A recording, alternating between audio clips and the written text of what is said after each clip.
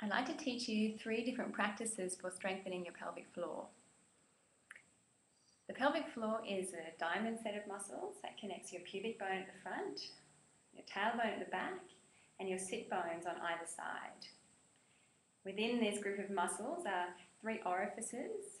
Because orifice is such a lovely word, I'm going to refer to these now as the 3 O's. The first one is at the very front and it's connected to the urethra through which your urine flows. The middle one is connected to the birth path for women. And the back passage, or the anus, is of course the third one. Because this group of muscles forms the foundation on which all your organs rest, it's absolutely crucial that they are really strong. And you can imagine that after childbirth or simply after being pregnant, regardless of what mode of delivery, the organs tend to collapse and they will literally sit lower than they should be. And this causes sluggishness of the bowel, in fact sluggishness of all the organs, including the bladder, which can lead to incontinence.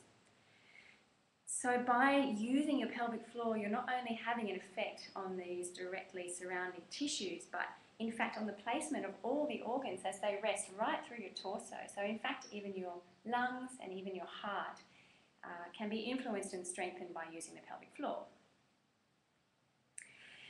Because also we are so sedentary, typically in today's world, regardless of whether you have any kind of symptoms, it's so important that you have very strong muscles here. Okay, so to learn the 3 O's, I'd like you to close your eyes. I'm going to ask you to call on your imagination here as you visualize these 3 O's. Start to notice your breathing, and particularly any movement of these 3 O's caused by your normal natural breath.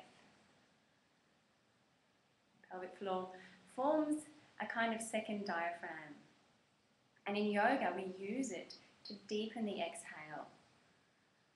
So on your next exhale, drawing up just the muscles that surround the front O, surrounding the urethra.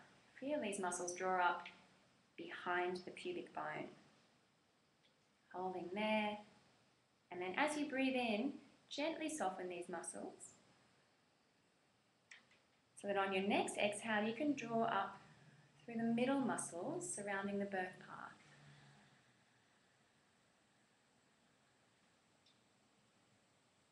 On your next exhale, we'll repeat.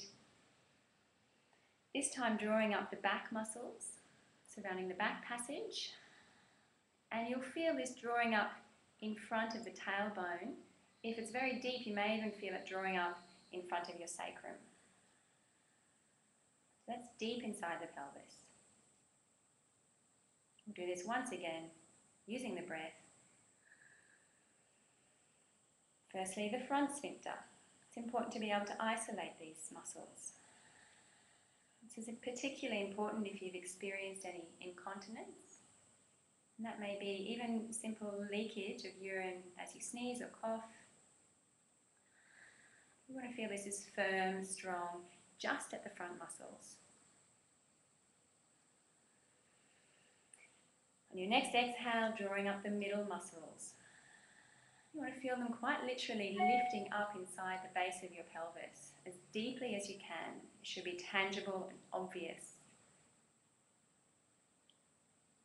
Finally, on the exhale, drawing up the back passage.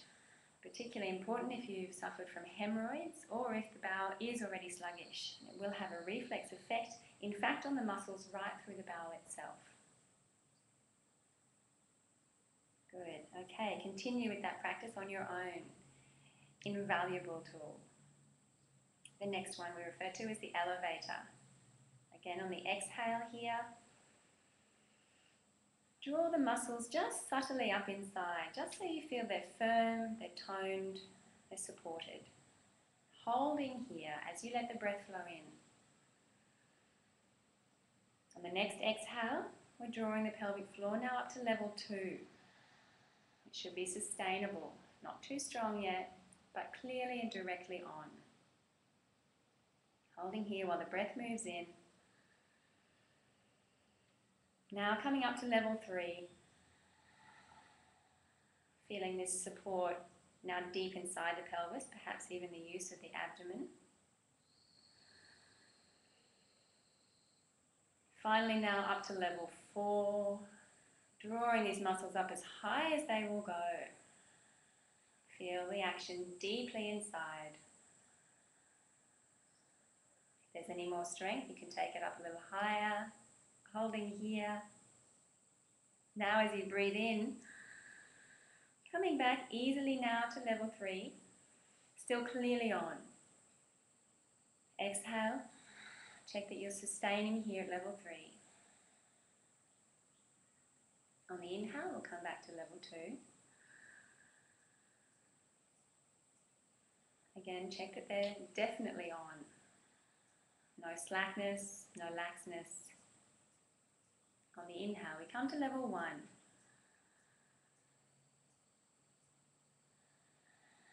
Sustaining here.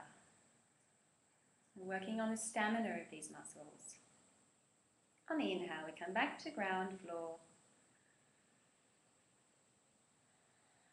And even now, check that you can soften the pelvic floor down into the basement. That's a particularly important one if you are pregnant and you're moving closer toward birth. It's as important that you can soften, consciously relax the pelvic floor so that when it comes time to release your baby, there's no holding or resistance to the release of your child. Good. Our final practice is squeezing of the sponge. We visualize a sponge, probably about the size here of my hands, placed inside the birth path. So that on the exhale, you can squeeze this sponge. Imagine wringing out any water, completely squeezing as the muscles here of the birth path close. They're actually literally making contact. There are folds known as rouget within the birth path or vagina. As we inhale, soften. You're going to hold this next squeeze a little longer. Feel the muscles of the birth path closing, and that is not only side to side, but even the front and the back. Squeezing this sponge. We'll hold here for a couple of breaths. Don't lose the strength of this squeeze. You're working now right inside the surrounding tissues. You're accessing even deeper layers of muscle. Holding here for one more slow breath. Check that you haven't lost the squeeze. It's just as strong, if not stronger, as it was when we started. It should feel good. There is a degree of pleasure.